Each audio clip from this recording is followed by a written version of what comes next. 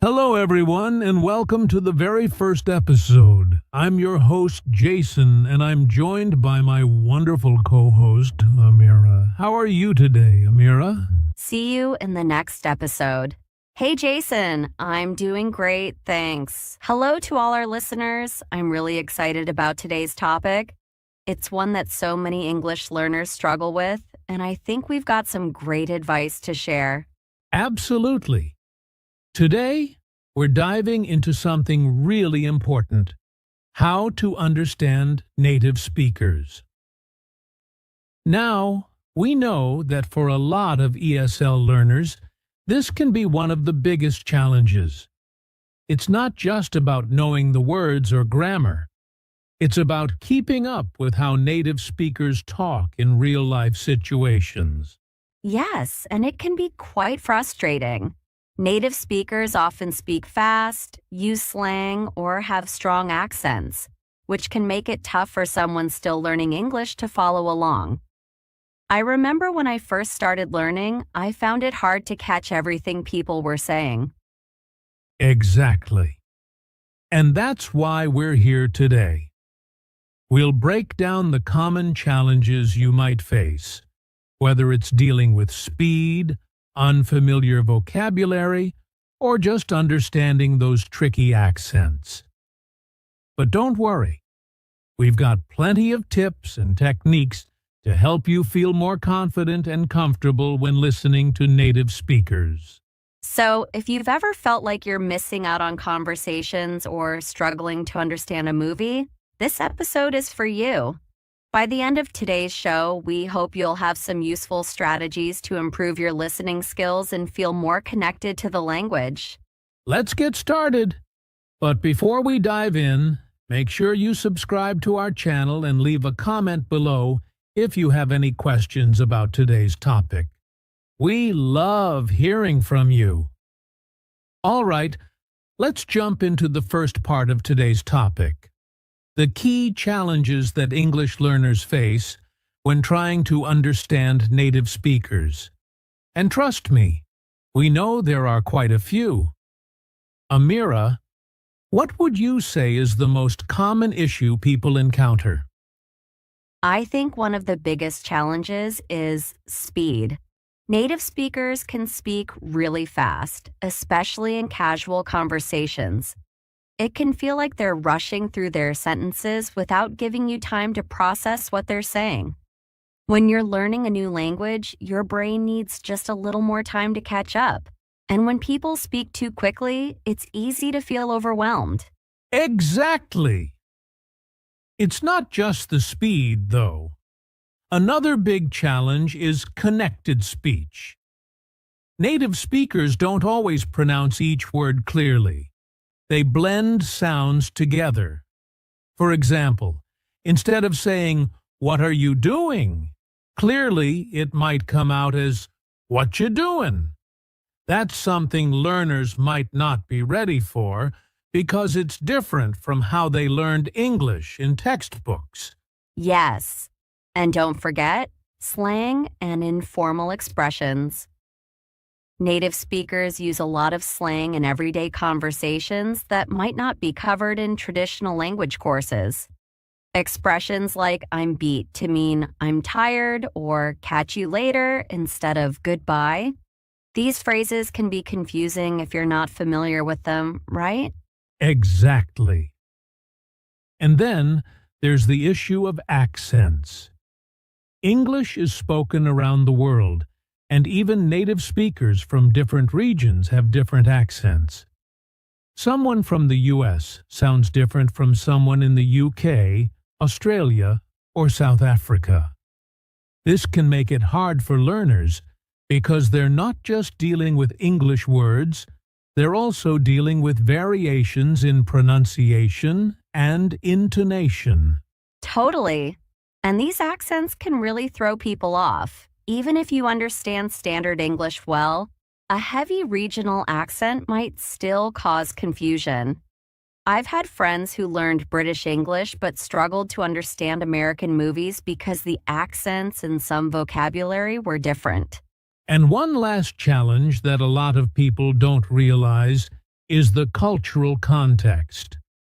Native speakers often make references to cultural things, TV shows, local jokes, sports teams, that non-native speakers might not know about. This adds another layer of difficulty because even if you understand the words, the meaning might not make sense without knowing the culture behind it. That's a really good point. Understanding native speakers isn't just about the language itself. It's also about understanding the culture that goes with it. But don't worry, everyone. These challenges might seem big, but they're all things you can improve with practice and the right strategies. Absolutely.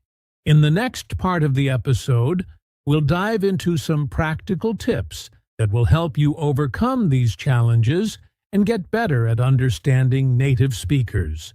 Stay tuned. Now that we've talked about some of the key challenges, let's move on to the most important part. What can you do to actually improve your listening skills and understand native speakers better? We've got some great tips lined up for you, so let's get started. Amira, what's your first tip? My first tip is to start slow and gradually increase the difficulty. If you're just starting out, don't jump straight into watching complex movies or listening to fast-paced podcasts. Begin with content that's designed for learners, like slow-speed news programs or beginner-level podcasts. As you get more comfortable, you can increase the difficulty by listening to faster speakers or more advanced topics. That's a great tip, and it ties into my first suggestion, which is to practice with subtitles. When you watch English videos or TV shows, turn on the subtitles, but in English, not in your native language. This way, you're reading and listening at the same time, which helps reinforce what you're hearing. Once you feel confident, try turning the subtitles off and see how much you can understand on your own. Yes, and don't be afraid to repeat what you're listening to. I always tell learners to listen to the same audio multiple times. On your first try, you might only catch a few words or phrases, but after listening 2 or 3 times, you'll pick up more and it'll start to make sense. Repetition is key to training your ear to catch the sounds and patterns of native speech. Another useful technique is to focus on key words and context. Native speakers often drop words or shorten them, but the key words will still be there. For example, if someone says, "Gonna grab lunch, wanna come?" you might not catch every single word clearly, but you know they're asking if you want to join them for lunch. Don't stress about understanding every word. Focus on the overall meaning and use the context to fill in the gaps. That's a great point, Jason. Another tip that really helped me was listening to a variety of accents. Like we said earlier, native speakers from different regions have different accents. To get used to this, expose yourself to different English-speaking countries. Watch movies, listen to podcasts, or even check out YouTube channels from the US, the UK, Australia, and more. The more exposure you get to different accents, the easier it becomes to understand them. Yes, variety is so important. And while you're doing that, it's helpful to practice shadowing. Have you heard of shadowing, Amira? Yes, I love shadowing. For those of you who don't know, shadowing is when you listen to someone speaking English and try to repeat what they're saying as quickly and accurately as possible, almost like you're shadowing them. It's a great way to train your brain and your mouth to get used to the speed and rhythm of native speech. Exactly. And if you want to take it a step further, you can pause the audio after each sentence or phrase, repeat it out loud, and then play it again to check how close you were. This not only improves your listening, but also helps your pronunciation. I love that. And one more tip I have is to immerse yourself in English as much as possible. If you can, try to surround yourself with English daily. Watch English TV shows, listen to music, follow English-speaking influencers on social media, and try to engage with content that you enjoy. The more English you hear in your everyday life, the more natural it will become to understand native speakers. That's such a good point. And even if you can't live in an English-speaking country, technology makes it possible to immerse yourself in English from wherever you are. I'd also recommend using apps and online tools designed to improve your listening skills. There are great apps out there like Duolingo, Babbel, or English Central that offer listening exercises, dictation, and even real-life conversations to practice with. And don't forget to be patient with yourself. Learning to understand native speakers takes time. It won't happen overnight, but with consistent practice, you'll see improvement. Celebrate the small wins along the way, like understanding a new phrase or catching a joke in an English TV show. That's right, Amira. Don't give up. Keep practicing. Stay curious. And remember, the more you listen, the more you'll improve. In the next part, we're going to look at some real-life examples of situations where understanding native speakers is crucial and how to navigate them. Stay with us, everyone. All right, now that we've covered some useful tips, let's talk about real-life situations where understanding native speakers is crucial. Amira, do you have a situation in mind where understanding native English speakers was really challenging for you at first? Oh, yes. I remember when I first moved to an English-speaking country. One of the hardest situations for me was ordering food at a busy restaurant. The server spoke so quickly, and they used a lot of informal phrases like, "What can I get you?" or "Do you want that to go?" I felt like I couldn't keep up. I had learned formal English, but the way they spoke was much faster and more casual. I can imagine that being overwhelming. And restaurants are one of those places where you're expected to respond quickly, which makes it even harder. That's a great example. A similar situation is on the phone. I think a lot of learners struggle with phone conversations. Without body language or visual cues, it's easy to miss what the other person is saying. Have you had any experiences like that? Definitely. Phone conversations can be tricky. I remember trying to book an appointment over the phone. The receptionist had a thick accent and they were speaking really fast. I had to ask them to slow down and repeat themselves a few times. It was a good reminder that it's okay to politely ask someone to repeat something if you didn't catch it the first time. That's a great point. Never be afraid to ask someone to repeat themselves or to speak more slowly. Another real-life scenario where understanding native speakers is important is in social settings. When you're at a gathering with friends or co-workers, conversations can move quickly, and people might use a lot of slang or cultural references. Have you ever experienced that? Oh, all the time. I used to feel lost in group conversations because people would reference TV shows, sports, or jokes that I didn't know about.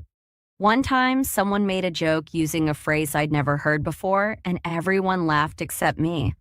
I realized that understanding isn't just about the language, it's also about knowing the culture. Exactly. Social settings can be tough, but they're also a great opportunity to learn. The more you immerse yourself in these situations, the more you'll start to understand the cultural references and jokes. One last example I'd like to add is Job interviews. Understanding native speakers in a professional setting is crucial, especially when you're asked questions about your skills or experience. The language might be more formal, but they might still speak quickly or use industry-specific terms. That's a great one, Jason. Job interviews can be nerve-wracking, but practicing listening skills beforehand can make a big difference. It helps to familiarize yourself with common interview questions and industry jargon so you're not caught off guard. Absolutely. The key takeaway here is that these real-life situations might feel challenging at first, but they're also the best opportunities to improve your listening skills. The more you engage with native speakers in real-world contexts, the more confident you'll become. That's right. And don't worry if you don't get it right the first time. With practice, these situations will become easier and more manageable. Now, let's have some fun with a bit of role-playing. This is a great way to put everything we've talked about into practice. We'll go through a quick conversation, break it down, and show you how to better understand native speakers in real-life situations. Ready, Amira? Ready? Let's do it. So, let's say we're at a coffee shop and I'm the barista. I'll start with a typical greeting and you, as the customer, will respond. Afterward, we'll go over any tricky parts. Sound good? Sounds perfect. Let's go. Hi there. What can I get you today? Hey, I'll have a large coffee, please. Can I get that with almond milk? Sure thing. Would you like anything to eat with that? We've got some fresh pastries today. That sounds great. I'll take a blueberry muffin. Awesome. I'll have that ready for you in just a minute. You can pick it up at the counter. All right, let's break that down. So, at the beginning, you said, "Hi there. What can I get you today?" It's a very common and casual way of asking what someone would like to order. Some learners might expect a more formal question like, "What would you like?" But native speakers often shorten things in everyday conversations. Exactly. And your response, Jason, was clear and to the point. You said, "I'll have a large coffee, please." You used "I'll have," which is a common phrase in ordering. Learners might be used to saying, "I want," but "I'll have" is more polite and natural in English. Right. Then you asked if I wanted anything to eat with my coffee. You said, "We've got some fresh pastries today." Notice how instead of saying, "we have," you said, "we've got," which is a more casual form. That's something native speakers do all the time. Yes, it's very conversational. And when you ordered your muffin, I said, "Awesome. I'll have that ready for you in just a minute." That's another example of a casual, everyday phrase that learners might not see in textbooks. Exactly. These little variations are what make native speakers sound natural, but they can also be tricky if you're used to more formal English. That's why role-playing situations like this is so helpful. Definitely. Now, for everyone listening, you can practice role-playing conversations like this with a friend or even on your own. Try to repeat common phrases or use apps that offer conversation practice with native speakers. And don't forget to practice speaking out loud. The more you do, the more confident you'll feel. The key is to get comfortable with these real-life situations. So, grab a friend and start role-playing. Now that we've walked through some tips and even role-played a real-life situation, we want to remind you, understanding native speakers is a journey. It's normal to feel frustrated at times, but the key is to keep practicing and stay patient.